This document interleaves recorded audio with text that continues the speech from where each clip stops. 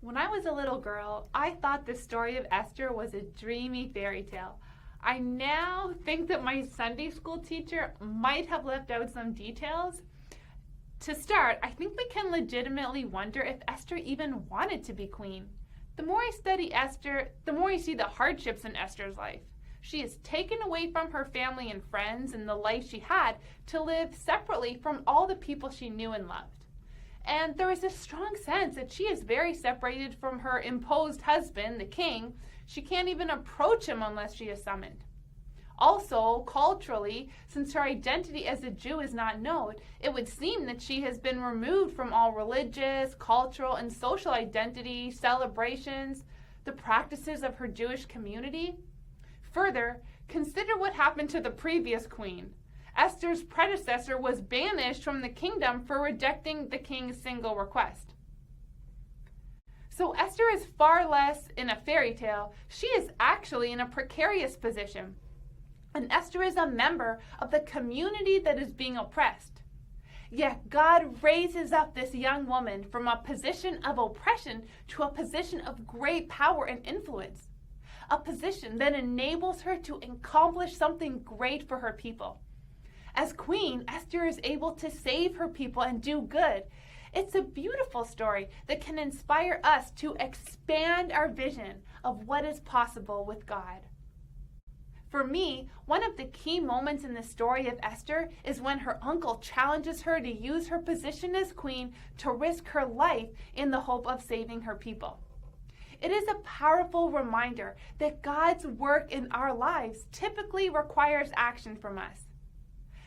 God does something great in Esther's life, but God also requires a great sacrifice from Esther. I imagine she must have been so afraid and unsure, but she moved forward and took a bold risk anyway. She had a clear sense of what was required from her to be an instrument of salvation. The first step toward Esther becoming a woman of influence and action is that Esther identified the existential threat to her people. It required some investigation. For us, we can ask, what is going on in the lives of the people around us? What are the issues our friends are facing? Is there a specific struggle one of my friends is having that I can help with? And for those closest to me, my family, how can I support them, defend them, stand up for them? Knowing the issues and needs around us positions us to respond and is the first step to becoming instruments of salvation to these groups. When Esther fully understands the threat against her people, she acts. Her willingness to risk her life for others is a picture of God's heart.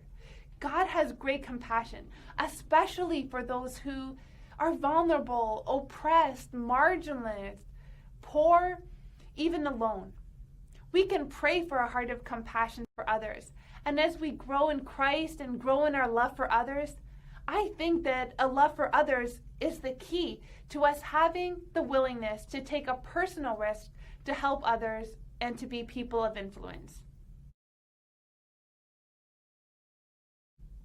And this challenges us to think deeply about how we can respond to any crisis. What should we do when we are made aware of the oppression of a vulnerable group or person? When we look at the lives of the people in our influence, I think we will see many needs. But can we make a difference in this world? I believe we can. And sometimes it's simple. We can help a friend get out of an abusive marriage. We can defend a colleague or friend who is being bullied or even just the target of gossip. We can invest in the lives of young people. We can encourage women who are caught in the trap of comparison and struggling with self-doubt. It's not always easy to know what to do, but I think we don't have to look very far to see that the people in our lives have needs, and we can pray for God to guide us to know how we can make a difference. As God shows us opportunities to bring about justice, to bring light, the light of Christ to those who are oppressed, as we see these opportunities, we will have a choice to make. Esther acted for the justice of the marginalized, the oppressed. I think this is something all of us can do. We can be people who bring healing and restoration in Christ. I know I want to be someone who brings Christ to those around me. I want to make people feel included. I want to help build up their confidence. I want to speak words of life. Friends, we can be children of God who bring light and life and freedom to those who are around us. Let's do it. Let's be beacons of joy. And let's act in ways that bring the abundant life of Christ to everyone in our sphere of influence. Esther was a woman of influence, and so are we. I think that our influence may be much greater than we assume. Can we change the trajectory of an entire group of people like Esther? Well, I don't feel that I can change the world at all, but I know that I can make a huge difference in the lives of the people in my immediate vicinity. It may be small, but it is significant.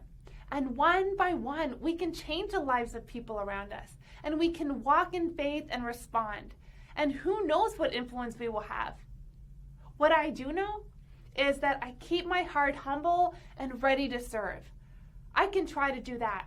Then I can wait with expectation for the opportunities God will give me to be a woman of influence, to bring God's salvation, justice, God's righteousness and life to this world.